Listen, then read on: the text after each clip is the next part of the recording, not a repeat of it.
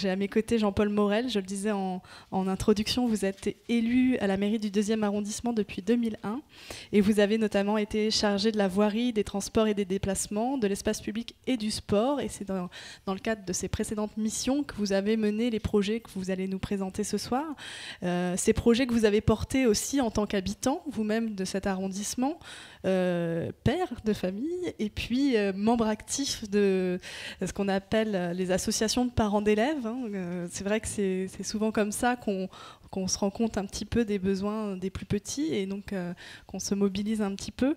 Qu'en est-il finalement à Paris de la question du jeu et comment vous avez porté ces problématiques à l'échelle du 2e arrondissement?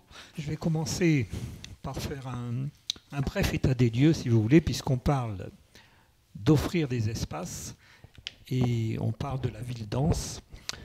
Donc moi je suis dans le 2e arrondissement, dans le centre de Paris, donc un arrondissement très dense. Voilà, il apparaît ici. Un arrondissement où vous avez très peu d'espace vert, on va le voir, très peu d'arbres, et puis peu d'espace public, des rues. Je ne sais pas si vous connaissez le quartier du Sentier, mais voilà, ça c'est le quartier du Sentier, principalement destiné au textile, avec depuis des années, enfin notamment avant 2001, puisque je suis arrivé en 2001 avec Jacques Bouteau, qui en est le maire. Nous avions créé en 1997 une association Bien Vivre dans le 2e arrondissement. Pourquoi? Parce qu'on y vivait assez mal. Tout ce quartier du Sentier était bloqué tous les jours par la circulation, les livraisons, le commerce carrément dans la rue. Ce sont des petites rues assez étroites, avec du stationnement dans toutes les rues des deux côtés et des trottoirs très étroits. Donc il a fallu rendre l'espace public aux habitants et au public.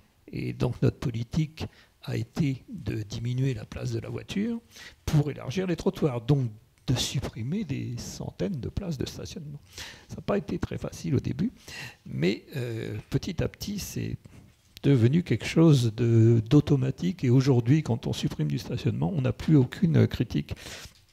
Mais le stationnement, c'est une chose. Il n'empêche que les rues sont circulées. Et donc, nous avons piétonnisé 7 rues dans l'arrondissement.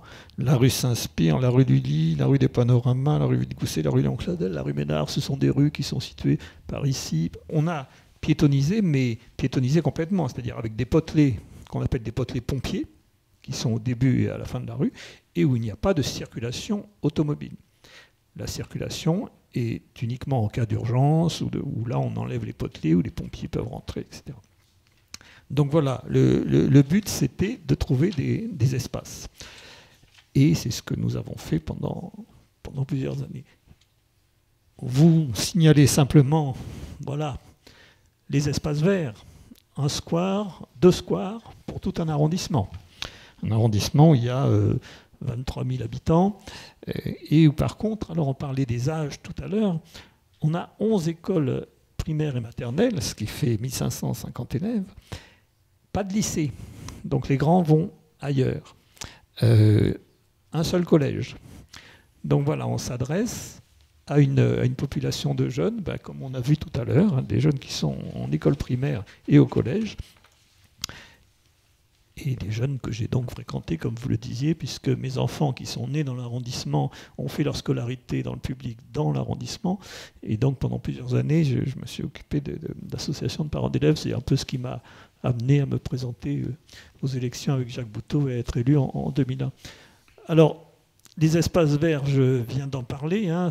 Par exemple, on a ce square Louvois, qui est un square assez ancien, avec une grande pelouse de forme ovale, et où il n'y avait aucun jeu. On a mis aux 4 angles des jeux, des petits jeux pour enfants, et un des angles était occupé par ce local technique là, en béton, qui a au départ s'arrêté à cette hauteur-là, avec une grille au-dessus qui supportait de la végétalisation. Nous avons créé une plateforme avec une petite cabane, un toboggan, voilà. Bon, c'était déjà une façon d'offrir des jeux aux enfants. Mais bien évidemment, ce n'était pas suffisant.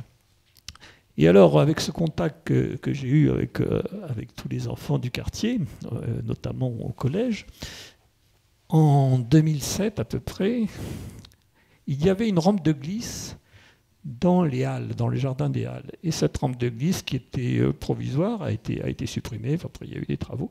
Et les enfants du collège, qui sont aussi des enfants du 1er et du 2e arrondissement, nous ont sollicité à la mairie pour avoir une rampe de skate.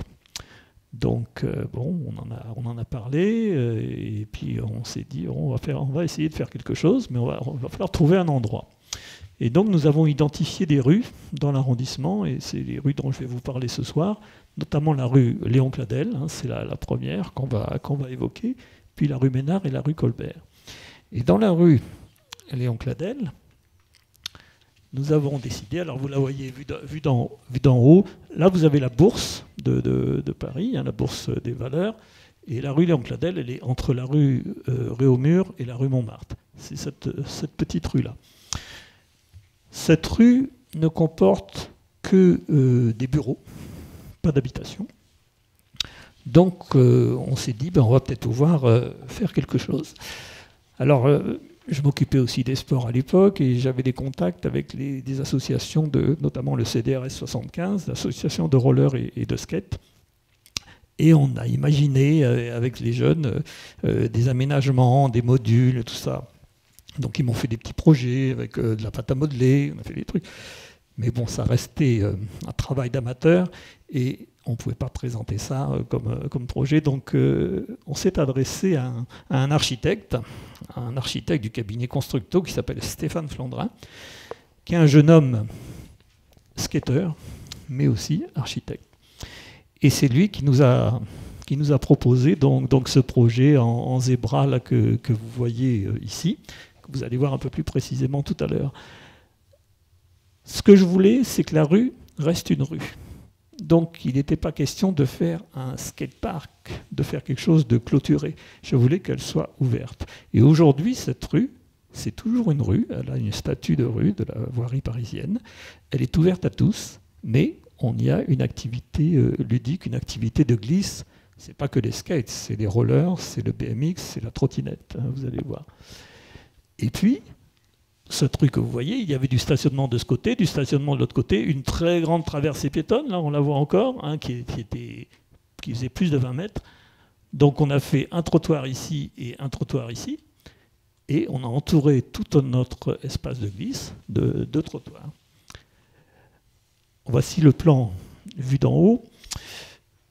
Juste pour vous montrer un peu les contraintes, parce que ce projet a eu du mal à voir le jour, parce qu'on a énormément de contraintes quand on veut occuper comme ça un espace public de voirie dans Paris et j'imagine dans d'autres grandes villes. Il faut libérer un espace pour le camion-pompier. Le camion-pompier doit pouvoir traverser la rue. Pour ça, il vous faut une bande de 4 mètres minimum. Il faut faire attention aux réseaux souterrains. Vous avez des réseaux dans cette rue, vous avez des réseaux en dessous, donc vous ne pouvez pas charger non plus la rue avec des modules trop lourds. Il y a des problèmes de sécurité, donc là on a créé un trottoir ici, on en a créé un ici comme je vous disais tout à l'heure.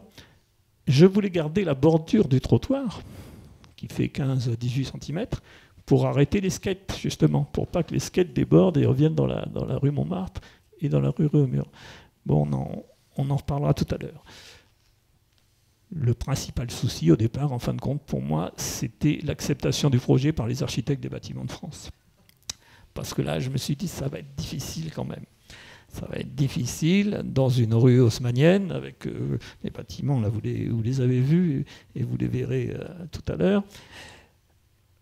J'avais vraiment de grosses difficultés. Donc avec l'architecte, on a discuté, je lui ai dit écoutez, des modules pas trop hauts, et puis et c'est lui qui me l'a suggéré, on va essayer de tourner ça du côté œuvre artistique, hein, on va faire quelque chose voilà, avec une certaine qualité au niveau des matériaux. Hein, on essaye de monter un projet. Et voilà, il nous a fait ce projet de zébra qui est ici, vous avez un totem vertical, vous verrez un peu plus tout à l'heure, et puis on a fait une encoche sur le trottoir, ici un module, ici un deuxième module, ici un troisième module, et ici un quatrième module, et puis un banc ici, mais ça c'est un banc qui est tout fait. Et Au bout d'un an et demi à peu près, on a obtenu l'autorisation des architectes des bâtiments de France. Donc ça a été un grand soulagement. Ensuite, d'autres problèmes se sont posés. Mais bon. Voilà, là je vais vous montrer un petit peu comment on a coulé le béton. Là, on croirait que c'est de la pâte de guimauve, mais en réalité c'est du béton. On a fait des modules en béton massif pour éviter justement le bruit de la résonance qu'on a souvent dans les skateparks, vous savez, sur ces plans qui sont en creux. Donc là, tous nos modules ont été coulés sur place. Hein, vous voyez, je pense que vous voyez sur la photo, hein, tous ces modules ont été coulés sur place. Et de plus, quand on a commencé les travaux en août 2012, on a donc raclé toute la rue, on a commencé à casser, à faire des trous à l'endroit où on allait installer les modules. Et puis au bout d'un mois et demi de travaux, là il y a un ingénieur de la DJS, enfin celui qui était responsable, qui vient me voir et qui me dit « Monsieur Morel… » C'est la direction de la jeunesse et des sports de la ville de Paris. La direction de la jeunesse et des sports, puisque ce projet est mené en parallèle avec la DJS, donc direction de la jeunesse et des sports, et la DVD, la direction de la voirie et des déplacements. Et là, il m'a dit, Monsieur Morel, il y a une norme européenne qui va sortir, qui n'est pas encore sortie, mais qui va sortir, et qui fait que notre projet, là, il n'est pas aux normes en termes de sécurité. Alors, le problème, c'était qu'autour de chaque module, autour de chacun de ces modules, il fallait qu'il y ait 2 mètres de distance sans obstacle. Les 2 mètres y étaient, sauf qu'il y avait un trottoir. Et le trottoir de 18 cm, le monsieur me dit, si un gamin tombe et se fait mal sur la bordure du trottoir, eh bien c'est vous le responsable, c'est la mairie, donc c'est pas possible, on ne peut pas continuer, donc on arrête tout et on essaye de trouver une solution. Et là, pendant 8 mois, les travaux ont été interrompus pour trouver une solution. Alors on m'a proposé des barrières autour de chaque module, on m'a proposé plein de choses qui mettait vraiment à mal ce projet d'espace partagé et d'espace ouvert, quoi. Bon, au bout de 8 mois, ça commençait à chauffer. Et je me suis bien fait préciser que le problème, c'était en fin de compte ces 18 cm de trottoir. Moi, je l'ai trouvé très bien, ces 18 cm, parce qu'ils arrêtaient le skate. Ben non. Bon, j'ai dit, on va rehausser la chaussée jusqu'à 2 cm de bordure, puisque ça, c'est la norme. Et donc, c'est ce qu'on a fait. Sauf que ça nous a coûté 60 000 € de plus. Mais bon. Et on est enfin arrivé à la réalisation, comme vous le voyez, là, avec un espace qui est très, très lisse. Donc, la bande zébra en béton vert, un petit peu fluo à l'époque. Maintenant, il est un peu terni, mais il reste bien vert. Autour de l'asphalte, que vous voyez là en première couche, et après poncé. Ce qui fait qu'aujourd'hui, l'espace ici est tout à fait de même niveau et d'un lisse impeccable. C'est-à-dire que vraiment les gamins, là, enfin les gamins et les grands, parce qu'il y a aussi des adultes, peuvent vraiment s'amuser avec, avec soit du roller, j'arrive plus, voilà. Vous avez roller, vous avez trottinette, vous avez skate. On fait vraiment sur cet espace un peu ce qu'on veut. Mais vous constaterez que la population est plutôt masculine. Donc, voilà, une fois que cet espace a été terminé, il est très fréquenté tous les jours, pendant la pause entre midi et 2, par des gens des adultes, le mercredi, le soir et le week-end par des plus jeunes, le dimanche par des très jeunes, avec les parents. Donc voilà, la population est assez variée. Et puis, c'est un espace qui a été rendu au public. Et vous avez en semaine aussi des étudiants qui sont en face, là, de l'autre côté de la rue, qui viennent s'asseoir là, le long, à la fois pour regarder, mais aussi pour manger un sandwich ou dès qu'il fait beau. C'est une rue qui a été complètement rendue aux piétons. Alors, pour en revenir à la population qui utilise cet espace, je me suis dit, la prochaine rue qu'on va faire, on va un peu essayer de s'adresser à d'autres personnes. Et donc, la rue suivante que nous avons piétonnisée, qui est inaugurée d'ailleurs la semaine prochaine, c'est la rue Ménard. La rue Ménard qui est encore plus grande que que la rue Léon Cladel, mais où par contre, voilà, on a fait des installations qui sont moins onéreuses. Eh bien, nous avons installé des agrès de fitness extérieurs et qui sont plus utilisés par une population féminine et senior. Et donc, voilà, on a compensé cette occupation masculine de la rue Léon Cladel par une occupation féminine, enfin une offre à la population féminine dans la rue Ménard.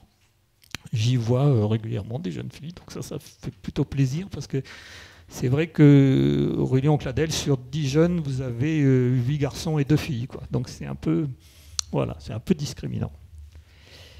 Et puis encore une rue que l'on souhaite rendre, alors là c'est aux enfants, c'est la rue Colbert qui est entre la rue Vivienne et la rue de Richelieu, où là il y a très peu de circulation, voire presque pas du tout. Et vous avez entre la rue Vivienne et cet endroit ici, c'est une école primaire là. Et ça c'est une des cours avec une sortie ici. Et donc nous avons demandé à la rendre aux enfants. Le projet était bien parti et devait être ouvert en juin 2015. Et puis on a eu la nomination d'un nouveau préfet de police. Et ce préfet est un peu réticent et a gelé jusqu'à présent ce projet. Mais apparemment, c'est en train de s'arranger. On a perdu un an. C'est assez difficile aussi, dans Paris, d'avoir une politique qui limite la place de la voiture, même si cette politique a changé en 2001. Hein. On dit, vous savez, avant 2001, on adaptait la ville à la voiture, et aujourd'hui, on dit, enfin depuis déjà pas mal d'années, qu'il faut adapter la voiture à la ville. Mais voilà, il y a encore des personnes en responsabilité qui ont du mal à accepter ce partage de l'espace public au profit des piétons, des rollers, des trottinettes, des poussettes. Et voilà. Bien sûr, il y a un règlement d'utilisation de cet espace public. Il y a aussi une convention sur l'entretien, sur qui est-ce qui va faire quoi. Alors, vous avez d'une part les services de la voirie qui s'occupent des trottoirs. Vous avez les services de la direction de la jeunesse et des sports qui vont s'occuper des modules, si un module est accidenté. Vous avez la direction de la propreté qui, elle, va venir pour enlever les quelques tags que nous avons de temps en temps quand même, hein, soit sur les modules, soit sur les parois. Et oui, une fois que nous avons ouvert, nous le voulions ouvert 24 heures sur 24 pour tout le monde. Bon, c'est vrai qu'on a eu une utilisation nocturne assez rapide qui a été quand même problématique. Alors, comme je vous l'ai dit, hein, de chaque côté de la rue, il n'y a pas d'habitants, mais au bout, vous voyez, il y a des appartements, rue Montmartre. Et donc, il a fallu quand même, on a certains riverains qui étaient fâchés, et donc on a complété notre règlement, et là, au lieu que ce soit ouvert 24 heures sur 24, le règlement a bien précisé que la pratique de la glisse était ouverte de 8 heures à 20 heures. Bon, sachant que ça commence jamais avant 10-11 heures le matin, mais à 20 heures, on doit s'arrêter. Alors l'été, ça déborde un petit peu, 21h, mais on a un commissariat qui est pas loin, moi je n'habite pas loin non plus, et donc voilà, je descends les voir de temps en temps, et au fil du temps, ça s'est quand même amélioré, et maintenant c'est quelque chose qui se passe assez bien. Merci beaucoup.